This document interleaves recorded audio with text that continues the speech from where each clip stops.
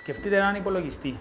Δεν ξέρω αν έχετε laptop, δεν ξέρω αν έχετε έναν υπολογιστή ο οποίος είναι desktop. Τέλος πάντων, σκεφτείτε έναν υπολογιστή. Εκείνος ο υπολογιστής ξέρει να κάνει 10 εκατομμύρια πράγματα. Αυτά τα 10 εκατομμύρια που κάνει ο υπολογιστής, ξέρει να κάνει εκείνα τα 10 εκατομμύρια πράγματα. Αν το τα κάνουμε 20 εκατομμύρια, θα μπλοκάρει. Δεν θα μπορεί να τα κάνει. Εσείς είσαστε ένας υπολογιστής. Προγραμματιστήκατε για να κάνετε 10 εκατομμύρια πράγματα που σας παίρνουν σε συγκεκριμένα αποτελέσματα.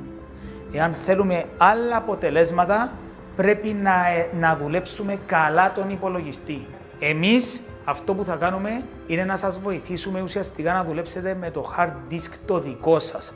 Το point είναι να το αλλάξουμε εκείνο για να φέρουμε άλλα αποτελέσματα.